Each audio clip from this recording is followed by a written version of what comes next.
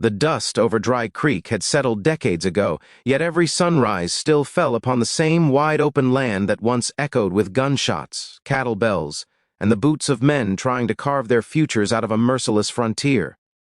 The townsfolk had aged, the buildings had aged, even the trees had aged.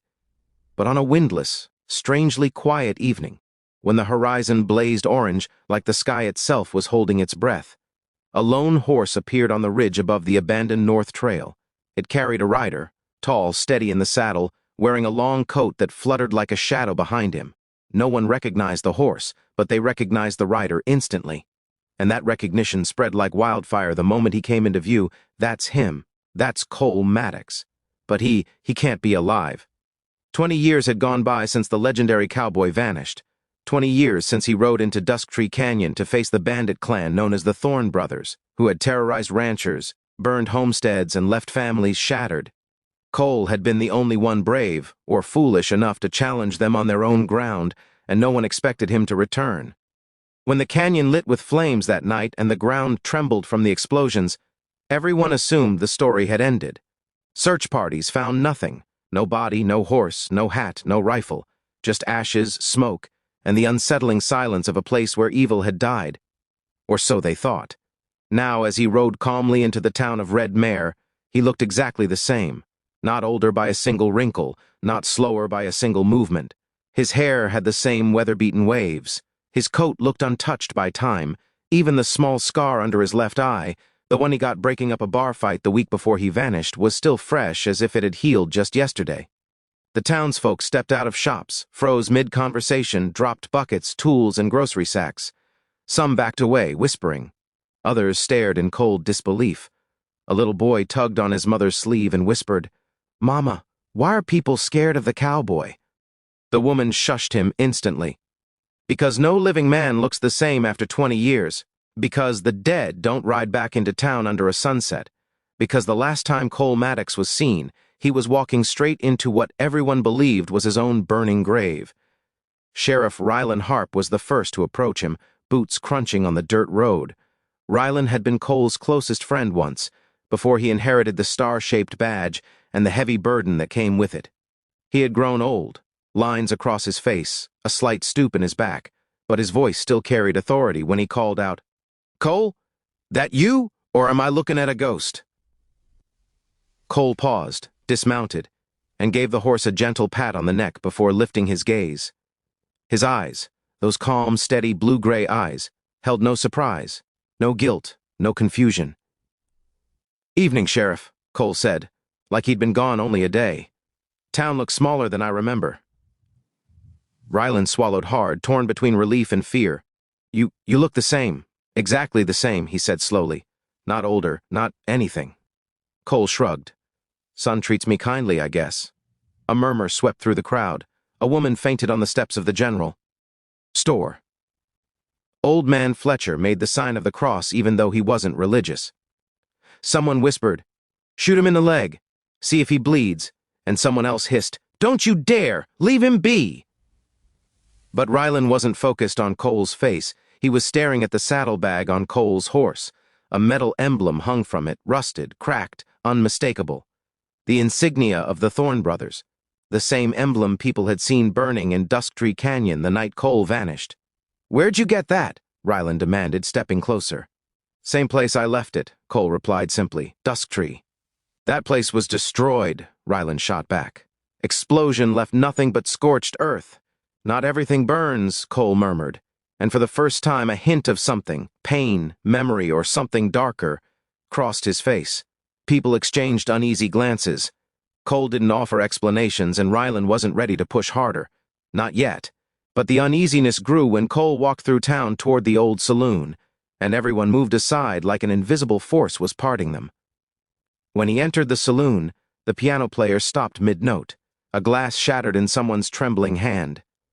Behind the bar, Maria, he woman Cole once loved, froze with a bottle in her grip, staring at him like her mind couldn't believe her eyes.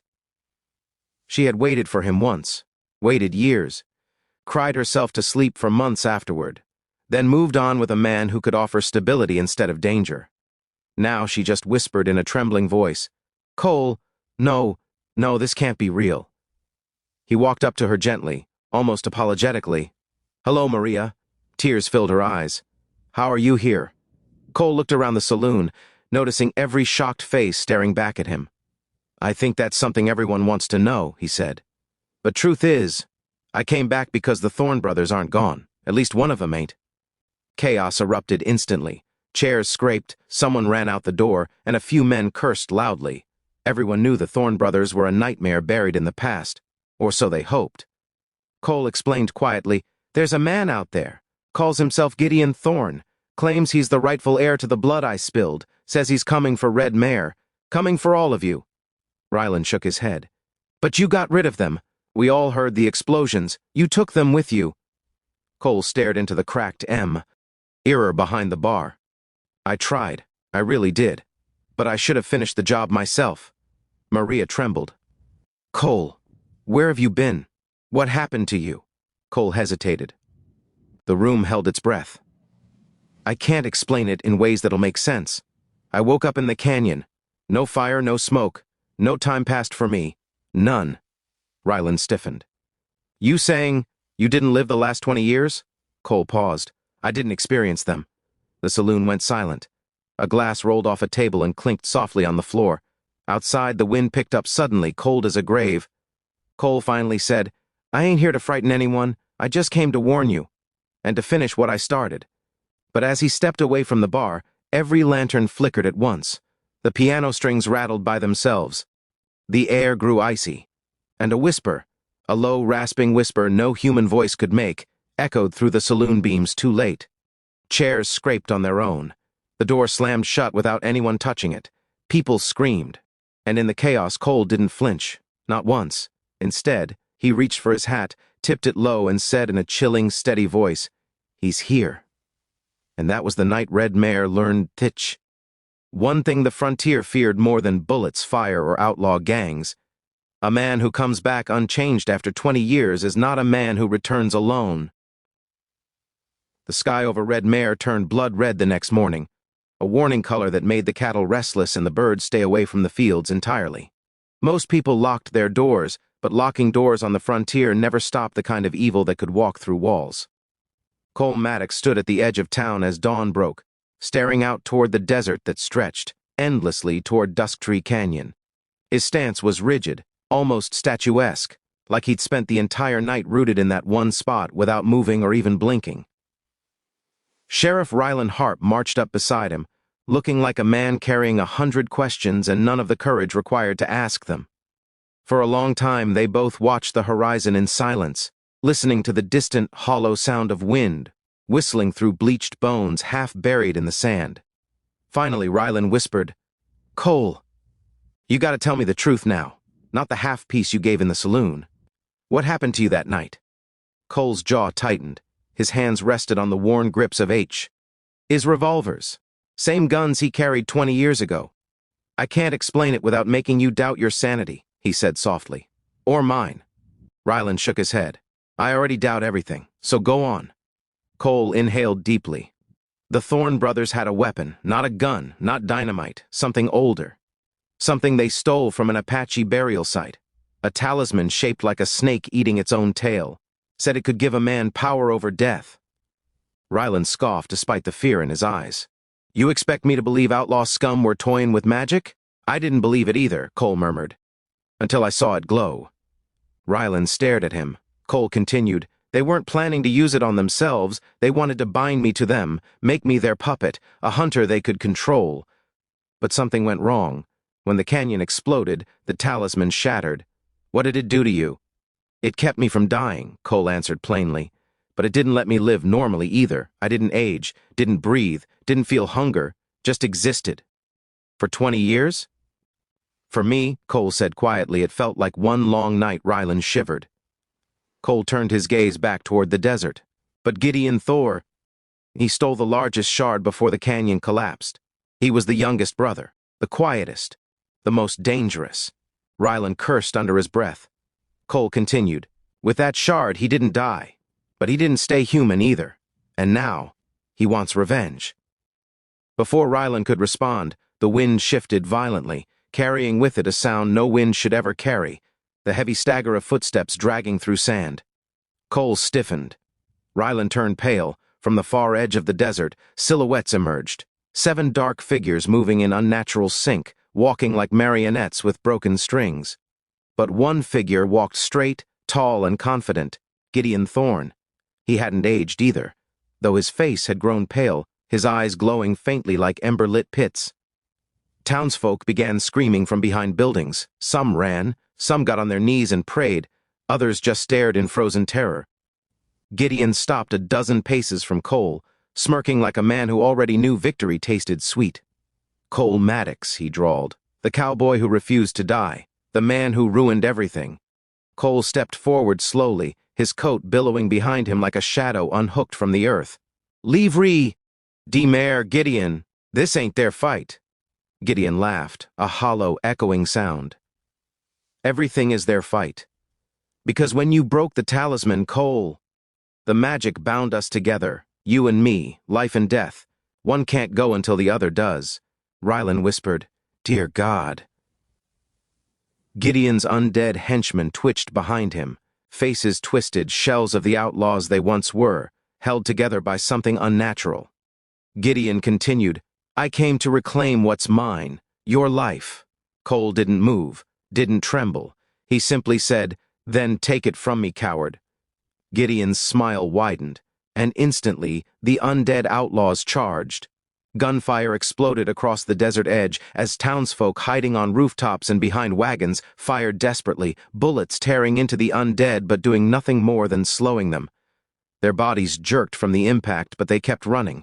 Ryland shouted orders, trying to rally the terrified people. But Cole? Cole didn't lift a gun.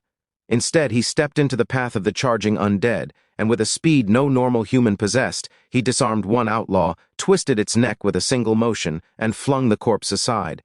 It twitched but didn't die. Another launched at him. Cole elbowed it hard enough to snap ribs, then slammed it into the dust. But still it rose. Ryland screamed, "They won't stay down," Cole shouted back. "They ain't meant to. Only one way to end this." Gideon stepped forward, holding the glowing shard in his hand. Its light cast eerie shadows across the sand. Cole's voice lowered to a deadly calm. "You kill me, Gideon. The shard dies too. You go with it." Gideon's smirk faltered. "You wouldn't sacrifice yourself. Try me." The wind howled. The sand swirled. The undead outlaws moaned. Maria ran out of the saloon despite people shouting for her to stay inside. She screamed Cole's name, but he didn't turn. Gideon's voice trembled for the first time. "You don't get to decide how this ends, Cole." "I already did," Cole replied. And then he charged. The two men collided with supernatural force, rolling through the sand, kicking up dust clouds. Gideon swung with inhuman strength, but Cole blocked with impossible precision. The shard pulsed brighter in Gideon's hand, crackling like lightning. Cole grabbed Gideon's wrist, forcing it downward. Gideon screamed as if the magic itself resisted. The undead outlaws staggered uncertainly, twitching like puppets with strings pulled too tight. Ryland fired shot after shot, trying to thin them out, shouting for townsfolk to retreat. The fighting grew wild. Sand turned to mud from spilled blood. Horses panicked and broke free. Children cried. Maria screamed again, "Cole, please stop, you'll die." Cole glanced at her, not with fear, not with pain, but with acceptance. Then he looked Gideon dead in the eyes. "I'd rather die protecting them than live cursed with you." And with one brutal motion, he forced Gideon's hand down, shattering the shard into the earth. A shockwave blasted outward, knocking everyone off their feet. The undead outlaws collapsed instantly, turning to dust before they hit the ground. Gideon's scream pierced the sky, shrill, tortured, inhuman. His body crumbled like burned paper caught in a gust of wind, disintegrating into ash. The talisman's curse snapped. Silence fell. The wind died, and Cole Maddox collapsed to his knees, breathing hard for the first time in 20 years. His skin, once ageless, began changing, lines forming, hair graying, his body aging rapidly. Maria ran to him, falling beside him, clutching his face in her trembling hands. "Cole, no, stay with me." Cole smiled weakly. My time caught up. Rylan knelt beside them, choking back emotion. You saved us, partner. Cole exhaled softly. Just wanted to do right, one last time. Maria sobbed as Cole's eyes began to close, but before they did, he whispered, Tell them to live bold, no fear, and, if they care for stories like mine, he cracked the faintest smile. Tell them to subscribe. And with that, Cole Maddox, the cowboy who returned unchanged after 20 years, finally found the rest he'd been denied for too long. But Red Mare would never forget the night he saved them, not as a ghost, not as a legend, but as a man who came back to finish what destiny forced him to start.